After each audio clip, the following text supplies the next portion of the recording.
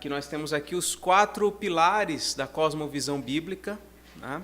Nós temos aí, em primeiro lugar, a criação, e nós vimos, à luz da Escritura Sagrada, Deus criou o mundo perfeito, criou o homem, o ser humano perfeito, num relacionamento perfeito com o seu Criador, com o seu semelhante e com o mundo, né?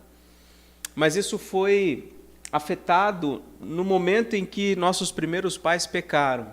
E aí, então, nós temos o segundo pilar, que é a queda. Observe o desenho, né? Interessante, o desenho diz muito. Veja que o mundo ali tem uma rachadura, percebe? Nós entendemos que o mundo que nós vivemos hoje é um mundo quebrado, é um mundo caído, um mundo anômalo, no sentido de que ele não é mais aquilo para o qual Deus criou, não é igual, não é idêntico àquele mundo originalmente criado por Deus, que era um mundo perfeito. Então nós vivemos num mundo imperfeito, num mundo quebrado, né? E aí nós vemos, à luz da Bíblia também, que a dinâmica do pecado atinge tudo, atinge o mundo material, atinge o ser humano, atinge a relação do ser humano com o seu Criador. Mas nós vemos que o Senhor Deus, logo após a queda, ele anuncia um Redentor. Anuncia uma obra de redenção, que inicialmente não fica tão clara, mas ao longo das Escrituras a gente percebe isso, como Deus intervém na história, chama uma família, dessa família ele produz um povo qual ele estabelece com esse povo uma aliança, e é desse povo que vem o Rei dos Reis, o Senhor dos Senhores, o Redentor, aquele que vem trazer a solução para a queda, né? Para o pecado. Então, em Cristo Jesus, ali está o símbolo da cruz com a coroa de espinhos, em Jesus nós temos a redenção. Exatamente. Mas a redenção, o que Jesus Cristo fez na cruz, não é a etapa final. A história não se conclui ali. Ali nós temos a redenção definitiva, porém, os efeitos disto, eles começam a ser vistos na vida das pessoas que creem em Jesus. Nós podemos, de fato, perceber como Deus tem em vista o seu povo, ou melhor, usar o seu povo para abençoar o mundo. Inclusive, isso fazia parte da aliança de Deus com Abraão, né? Em ti serão benditas todas as famílias da terra. Então, nós vemos que, de fato, em Cristo, toda a terra é beneficiada. Só que a obra de restauração é iniciada e não ainda concluída. Por isso que nós temos, então, a última etapa, quando nós temos ali uma terra refeita, né? Nós vemos ali o mundo ali por trás, com características já de perfeição, né? Não mais aqui como na queda, que está escuro, que está quebrado, mas ali um mundo perfeito. E uma coroa brilhante, representando, então, o governo absoluto do Senhor Deus sobre toda a sua criação, né? E nós vemos ali o novo céu e a nova terra sendo então governados pelo Senhor. Então, basicamente, nós temos essa estrutura para compreender a realidade. Tudo que nós vemos, qualquer coisa que passar pela nossa mente, nós temos que fazer uma interpretação bíblica disso. Como é que a gente pode fazer? A gente pode usar essa estrutura. A gente pode refletir sobre como isso que nós estamos pensando era inicialmente no propósito de Deus, de forma perfeita. E como que a queda afetou isso? Para que então nós possamos entender como nós devemos atuar para, não digo redimir, porque nós não somos capazes de redimir, mas como nós podemos submeter essas coisas ao senhorio de Deus, ao senhorio de Jesus, né?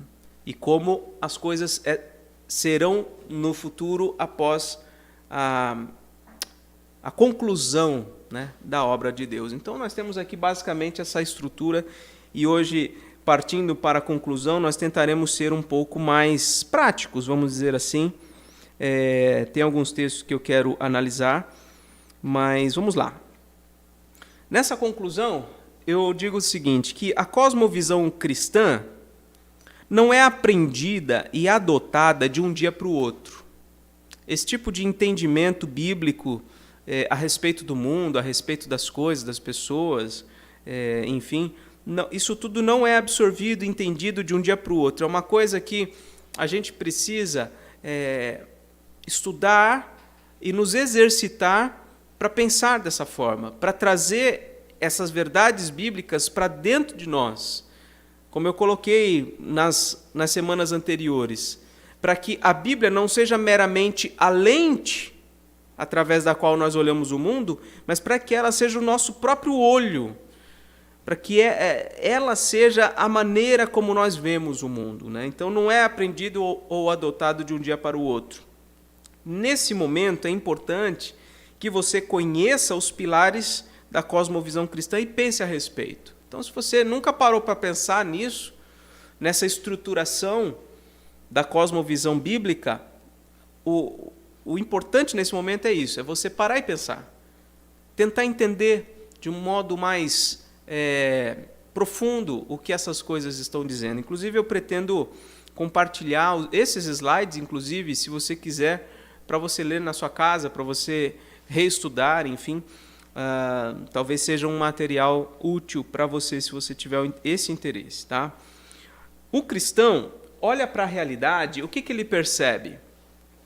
O tema nosso é como os cristãos veem o mundo, né? Então, a partir de tudo isso, o cristão olha para a realidade e percebe que todo o mal é de fato uma anomalia, pois Deus criou tudo perfeito. Então, é importante o cristão ter essa noção que as coisas como são hoje não são normais. As coisas não são normais. A gente não pode encarar as coisas que nós experimentamos hoje como normais. As coisas que são tão importantes para nós e que, por vezes, nós não conseguimos nos desapegar e que não são necessariamente edificantes para a nossa vida, isso não é normal. A gente não pode considerar normal. A gente não pode olhar para a realidade que nós vivemos de tanta sensualidade, e isso se destaca assim, a níveis absurdos num tempo como o nosso, agora de verão, de férias, de final de ano. Isso não é normal. Não é normal para um cristão ou uma cristã achar que na praia é normal tirar a roupa e ficar como se estivesse seminua ou seminu. Não é normal. A gente precisa olhar para a realidade e perceber isso. Há uma anomalia, algo que não está bem. O mundo está enfermo, as pessoas estão enfermas. A gente precisa ter olhos para perceber isso. Seguindo. Além disso, o cristão acredita que o mundo está caído e quebrado por causa do pecado. Então, a anomalia que existe, que a gente tem que ter olhos para perceber, ela se dá por causa do pecado. Isso faz parte da cosmovisão cristã. Entender que há um motivo, há uma razão, e essa razão tem nome. Essa razão é o pecado. A gente não pode omitir isso, esquecer isso, deixar isso de lado. É o pecado a razão de toda essa anomalia. E a gente faz parte desse nosso entendimento, entender que o mundo, portanto, já que o problema é o pecado, o mundo carece do Redentor Jesus Cristo. Faz parte da nossa cosmovisão cristã entender isto. Que a solução para os problemas não está numa ideia ou numa ideologia ou numa mudança de rota, simplesmente, na adoção de determinada estratégia. Não, tudo isso é importante fazer, como eu mencionei há pouco, planejamento, estratégia, são coisas importantes. Mas a solução para o pecado não são novos hábitos. A solução para o pecado é a obra de Jesus, é o que Jesus Cristo fez na cruz. Por exemplo, alguém poderia substituir o vício, sei lá, de drogas, ou da bebida alcoólica, ou qualquer coisa como um cigarro, ou coisas assim que fazem mal para a saúde, pode supostamente substituir isso por um outro vício, mais aceitável socialmente. Por exemplo, a diversão, o esporte, o trabalho até, ou filmes e séries. Seria uma boa substituição? Com toda certeza, claro. Você substitui droga, cigarro, o vício, qualquer vício nesse sentido que traga um prejuízo imediato muito grande para a saúde, substituir isso por outras coisas que sejam melhores, como trabalho, como esporte e tal, como diversão, ok, é bom fazer essa substituição, mas a gente precisa entender que esta não é a solução. A solução para o problema do mundo não é a troca de ídolos, pegando a temática nossa da EBD ultimamente. Não é trocar um ídolo por outro, mas é trocar todos os ídolos pelo Deus vivo e verdadeiro, pelo Senhor Jesus Cristo. E a gente precisa ter isso muito claro na nossa mente, para governar os nossos pensamentos, para nos ajudar a fazer análise das coisas neste mundo. Por isso, o cristão se vê redimido,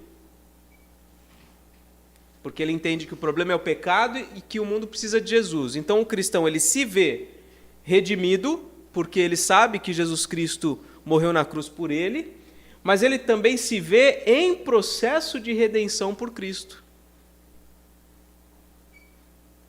E essa é uma coisa que também a cosmovisão cristã nos ajuda a perceber, que, ao mesmo tempo, nós somos salvos e estamos sendo salvos, ou estamos sendo santificados. Há algo que já é verdadeiro, mas que ainda não é completo, ainda não chegou ao seu estágio final, não é? Então, por isso, o cristão se vê redimido e em processo de redenção por Cristo e busca ser útil para a expansão do reino de Deus e cumprimento de sua vontade em tudo o que faz. Então, o cristão ele sabe que a condição eterna dele já está resolvida, ele foi justificado pela graça mediante a fé em Jesus, mas ele sabe que Deus está atuando na sua vida, está santificando e quer usar ele para a sua glória. Então ele busca cumprir a vontade de Deus em tudo que ele faz. Ele busca subordinar ao senhorio do Senhor tudo que ele faz. Que é basicamente o cumprimento daquela petição da oração que Jesus nos ensinou, né? Venha o teu reino, seja feita a tua vontade. Quando nós oramos assim, Senhor, venha o teu reino, nós não estamos simplesmente nos referindo à ideia da segunda vinda de Jesus. Quando nós oramos, venha ao teu reino, nós estamos pedindo, Senhor, reina sobre a minha vida agora. Seja o Senhor do meu tempo, seja o Senhor dos meus sonhos, seja o Senhor da minha família, seja o Senhor da minha saúde, seja o Senhor das minhas finanças. Venha o teu reino sobre a minha vida. Isso é subordinar ao senhorio de Deus tudo que está em nós.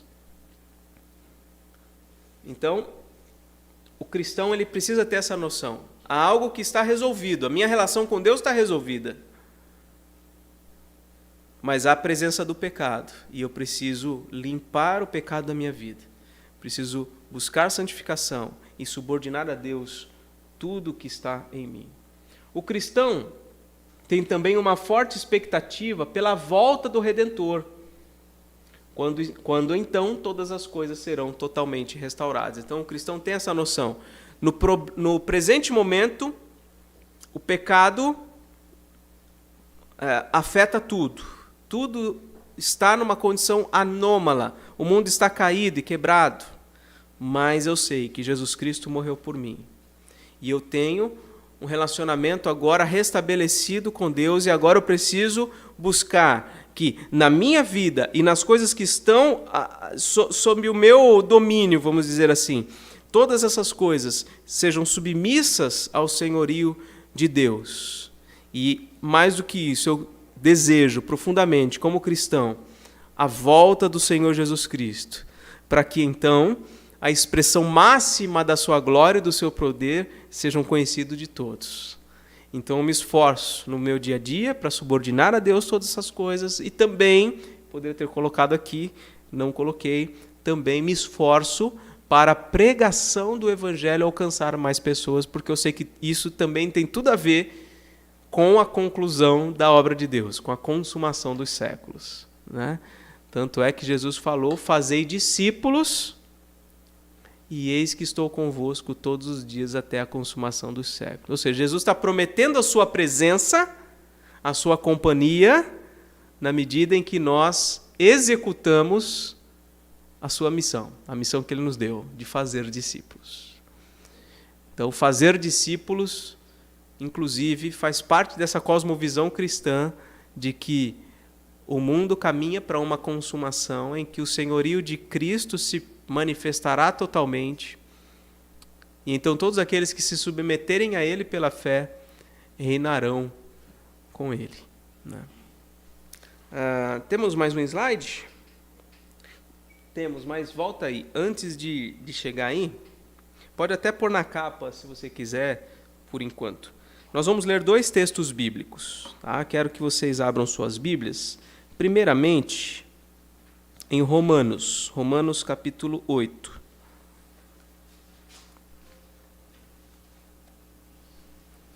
Quero ler com os irmãos os versos 18 em diante.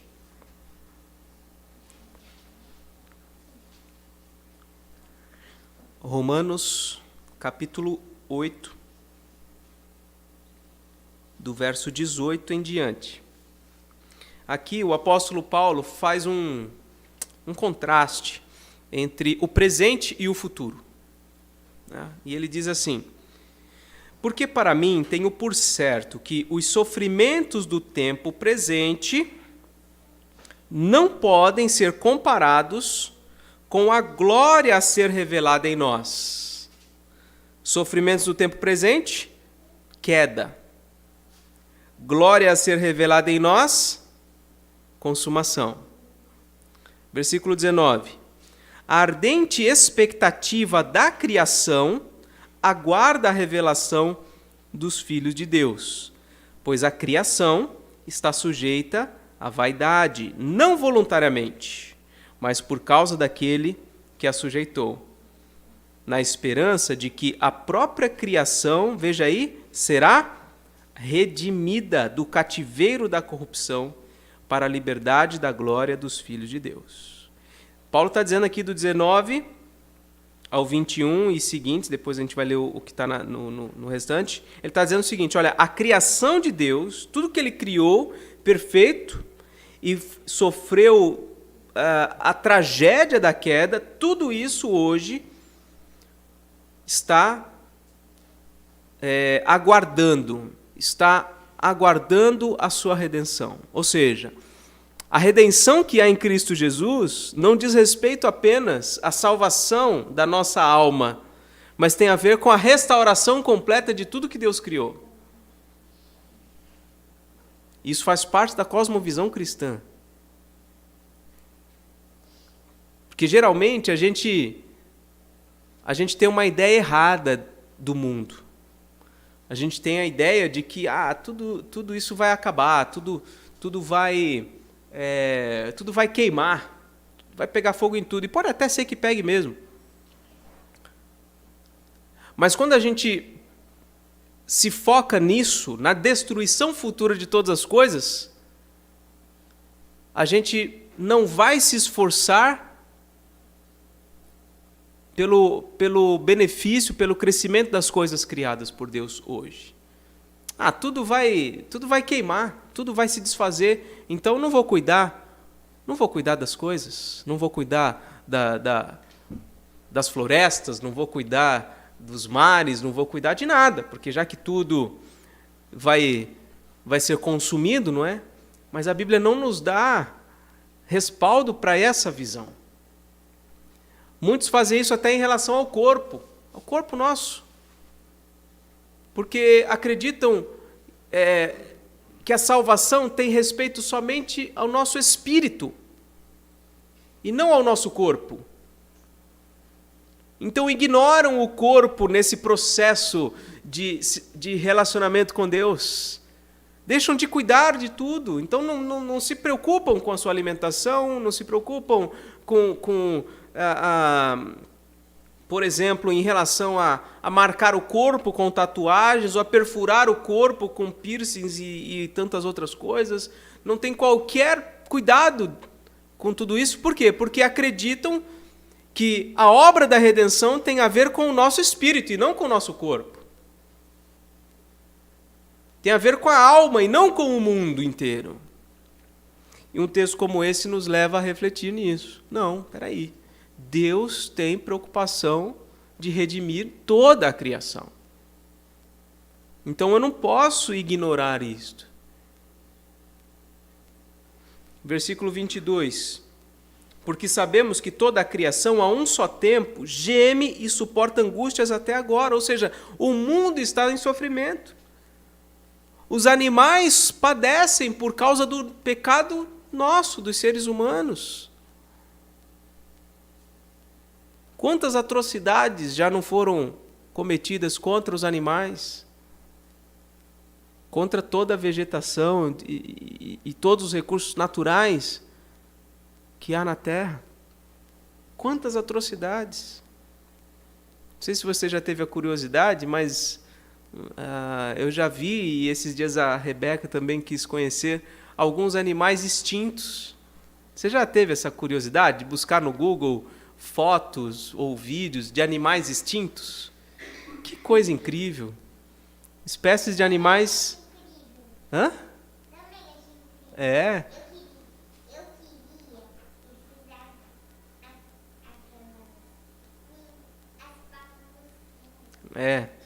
Então, tem muitas espécies de animais que já não existem por causa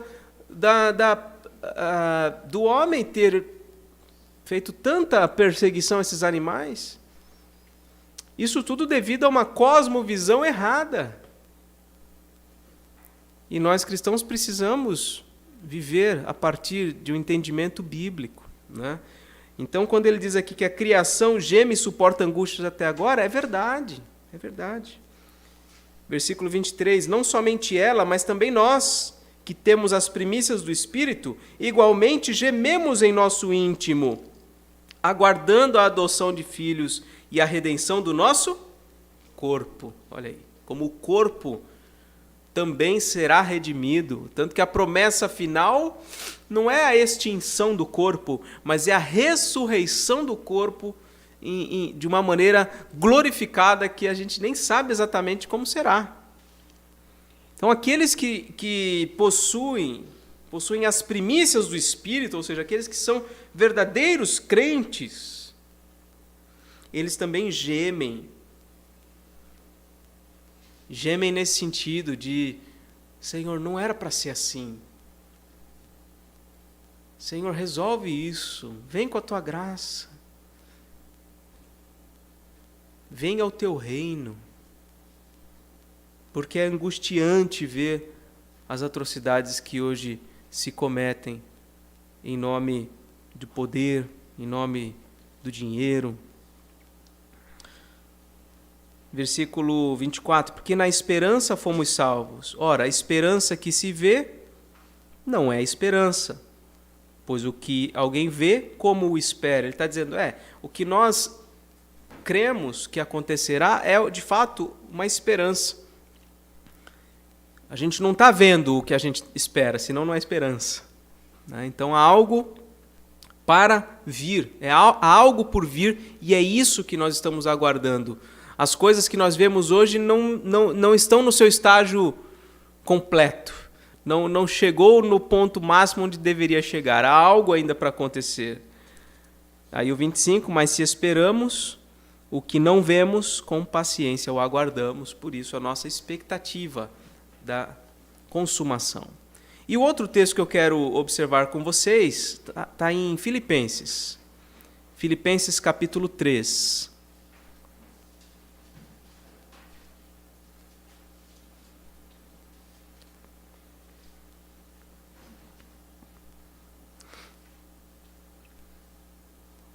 Filipenses capítulo 3, a partir do versículo 12, diz assim: não que eu o tenha já recebido, ou tenha já obtido a perfeição. Ele está dizendo, eu não sou perfeito, eu não recebi a perfeição ainda, mas prossigo para conquistar aquilo para o que também fui conquistado por Cristo Jesus. Então, eu não sou perfeito, não recebi a perfeição, mas eu prossigo, eu estou avançando para conquistar aquilo para o que eu fui conquistado.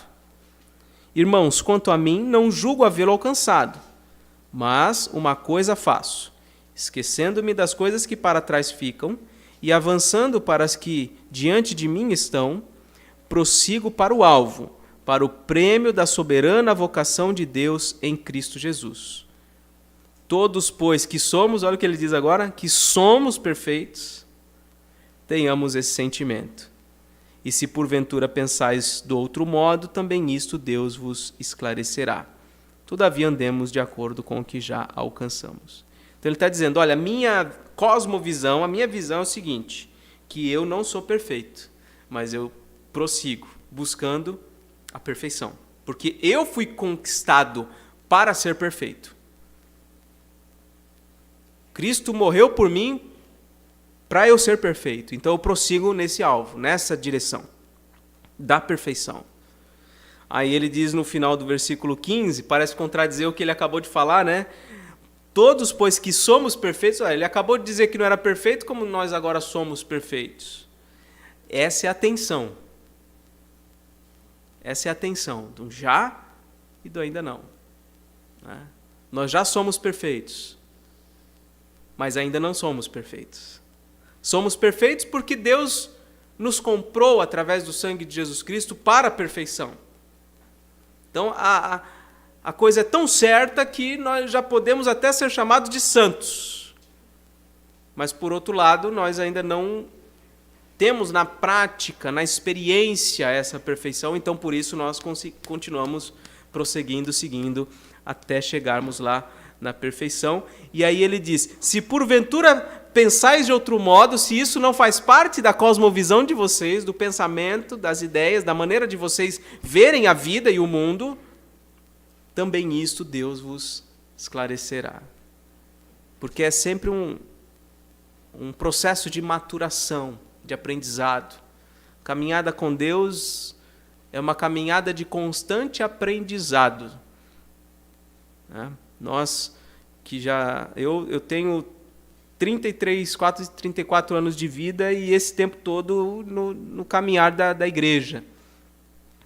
Irmãos aqui certamente talvez tenham até mais tempo do que eu. Mas não chegará nem um dia sequer na nossa vida, nem mesmo quando nós estivermos na eternidade, em que a gente vai chegar à conclusão de que nós não temos mais nada para aprender. Porque o conhecimento de Deus é um conhecimento infinito. Deus é infinito. Se Deus é infinito e a vida eterna é conhecê-lo, então nós passaremos toda a eternidade conhecendo mais e mais e mais e mais o Senhor e nunca terá fim.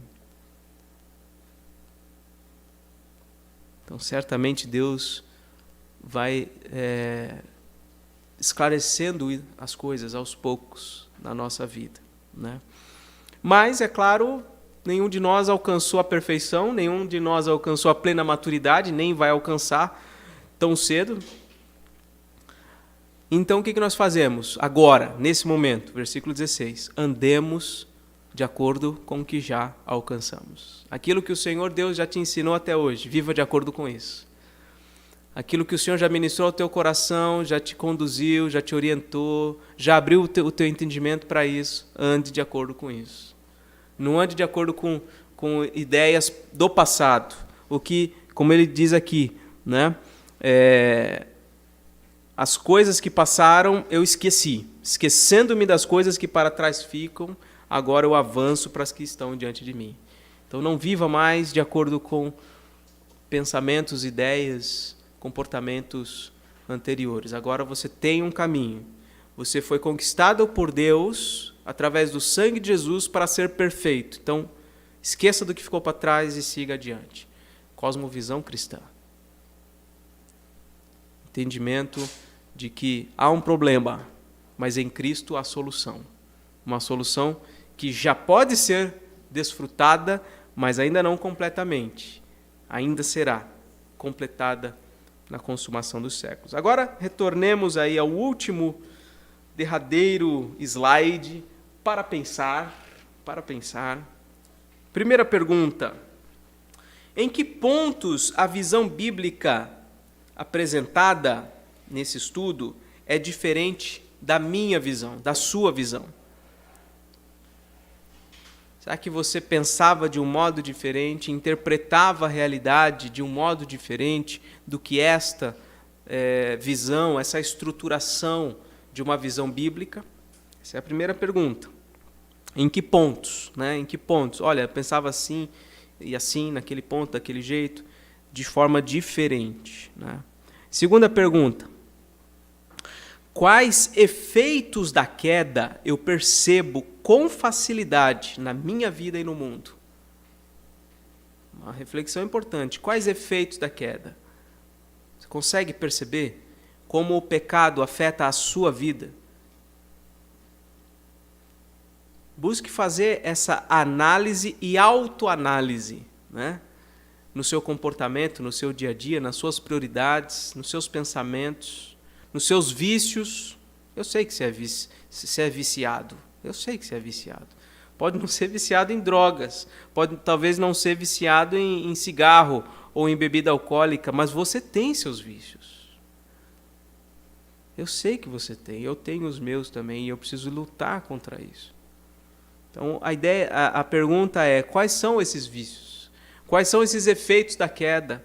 Qual é essa dinâmica pecaminosa presente na sua vida? E no mundo também, né? Tente olhar de forma macro isto. Terceira pergunta para a gente pensar: como a redenção em Cristo tem se manifestado em mim e no mundo? Como? De que maneira? Eu consigo perceber a redenção de Cristo Jesus na minha vida? Eu consigo perceber, de alguma forma, em alguma área da minha vida, coisas que antes não estavam subordinadas ao governo e ao senhorio do Senhor e agora, hoje, estão? Eu consigo perceber na sociedade, especialmente quem conhece um pouco de história, né? Eu consigo perceber alguma aplicação da obra de Cristo em algum momento da história? Hoje nós somos herdeiros, de alguma forma, de uma tradição bíblica. Né? Então, como que a redenção em Cristo tem se manifestado em mim e no mundo? Será que a obra missionária tem a ver com isso? Será que eu tenho participado disso de alguma forma? Quarta pergunta: como a expectativa da consumação pode influenciar o meu cotidiano? Se você tem expectativa da consumação, ou seja, da conclusão definitiva da obra de Deus, com a vinda de Cristo, se você tem essa expectativa, como essa expectativa influencia e modifica o teu presente, o teu cotidiano? Como você vive a partir da certeza de que o pecado será totalmente vencido e extirpado? Como você vive na expectativa de quem governará o mundo sobre todas as coisas não será ninguém senão o Senhor Jesus Cristo? Como você vive hoje a partir dessa ideia que você sabe, dessa confiança que você tem no estágio final da obra de Deus? E a última pergunta, que tem muito a ver com a terceira, como que a cosmovisão bíblica, terceira e quarta, né?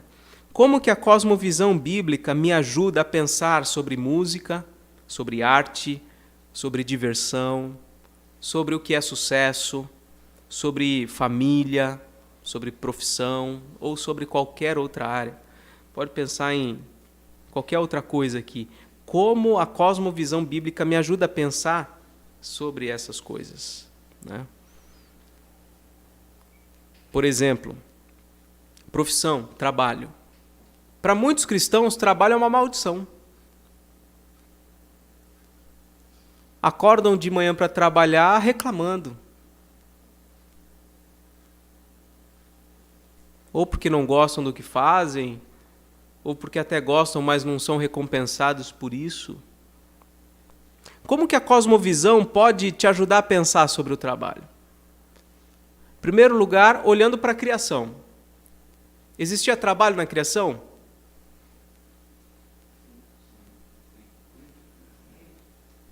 Qual foi o trabalho que Deus deu para os nossos primeiros pais antes da queda?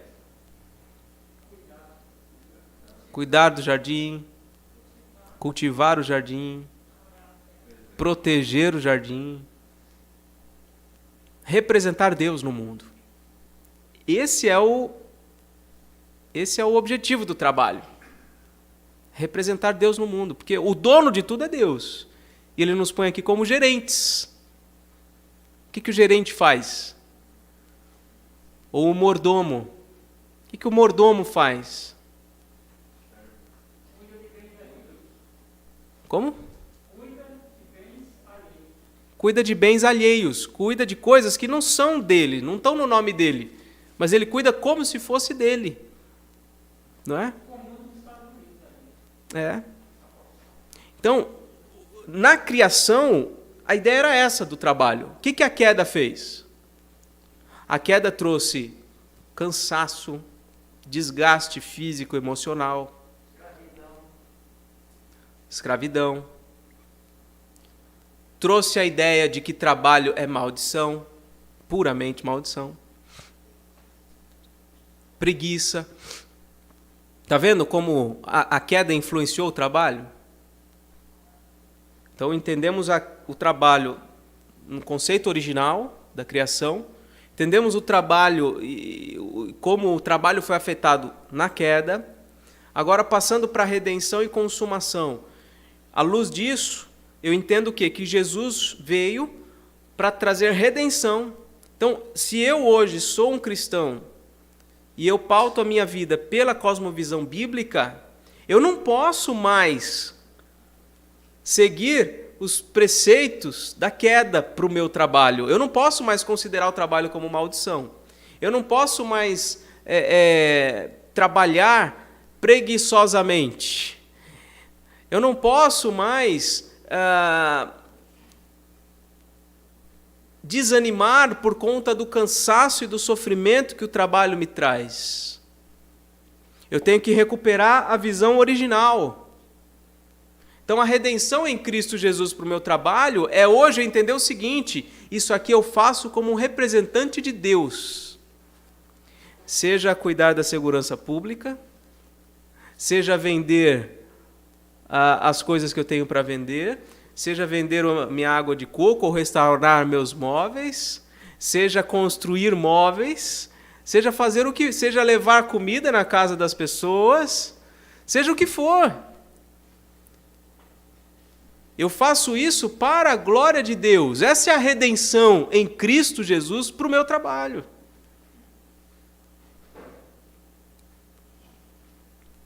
E a consumação? Hoje eu trabalho com a expectativa de que um dia eu vou precisar parar, vou poder parar de trabalhar e desfrutar da eternidade pulando de nuvem em nuvem com a minha harpinha, tocando minha harpa. Claro que não, não é? Será que vai ter trabalho no mundo por vir? No novo céu e na nova terra? A partir da cosmovisão bíblica, sim, haverá. Por isso eu não posso ver o trabalho como um mal necessário para a minha vida. Eu tenho que ver o trabalho como bênção de Deus, como uma oportunidade de representá-lo, como um modo de não só trazer subsistência para mim e para minha família, mas como um meio de abençoar outras pessoas.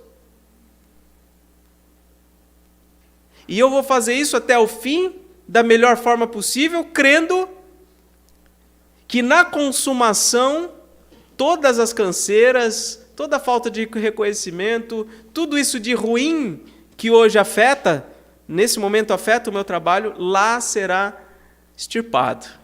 Ou seja, eu vou poder continuar trabalhando, mas sem as consequências do pecado. É isso que nos espera na consumação.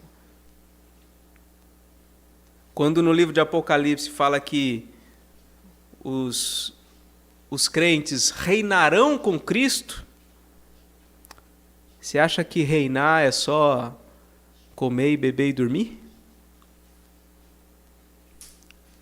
Vai ter muito trabalho. Glória a Deus por isso. Não vai ser o trabalho como hoje. Trabalho cansativo, doloroso, ingrato muitas vezes. Não vai ter o desemprego, né? Vai ser como Deus projetou para ser, e ainda melhor. Agora, essa estruturação, essa interpretação que nós fizemos do trabalho, à luz de uma cosmovisão bíblica, aplique isso para essas coisas.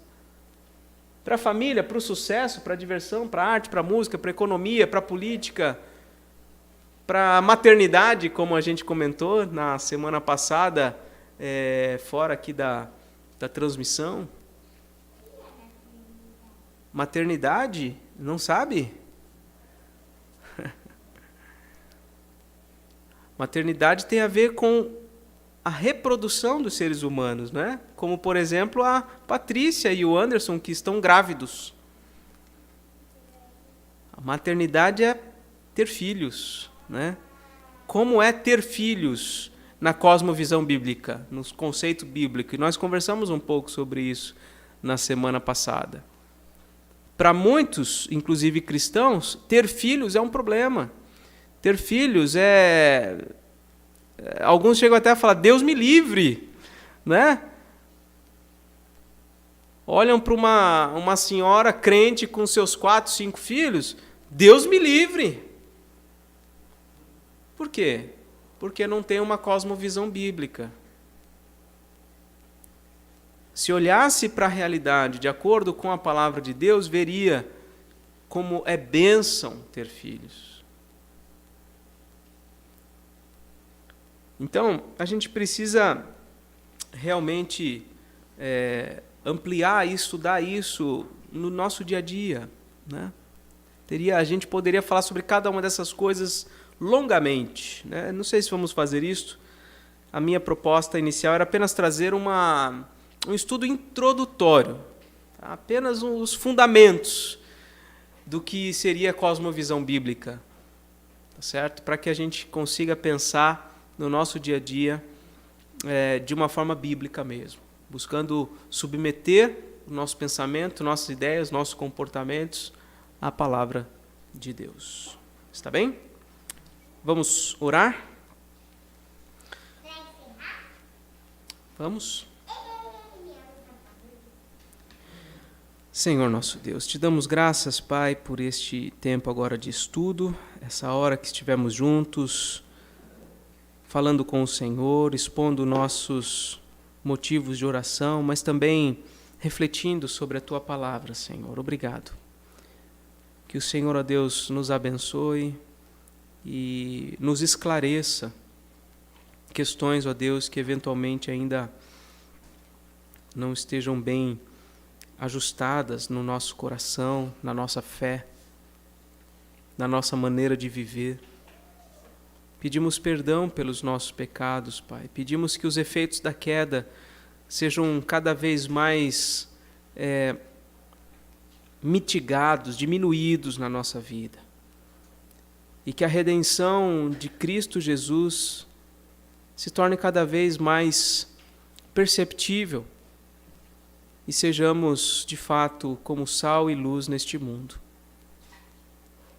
Dá-nos, ó Deus, compreensão correta da Tua vontade e dá-nos, ó Deus, a expectativa correta do cumprimento das Tuas profecias, para que vivamos no presente de um modo que seja agradável ao Senhor. Assim nós pedimos e oramos em nome de Jesus. Amém. Amém.